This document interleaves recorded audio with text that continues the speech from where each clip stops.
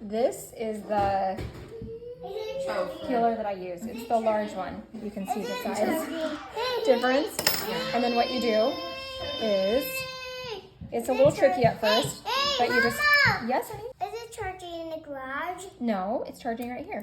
So you just peel off that top layer. Yeah. And then after that, so you dispose of that top layer. Mm-hmm. So that's garbage. And then this, you press down firmly, and then you get that layer. Where is it? And you just keep going.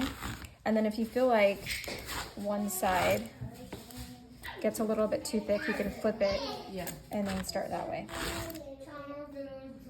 This is how you make like your lasagna. This is how I make the lasagna noodles. Oh no! Yep. What? So instead of regular pasta noodles, we have zucchini noodles. And then this I discard. Oh.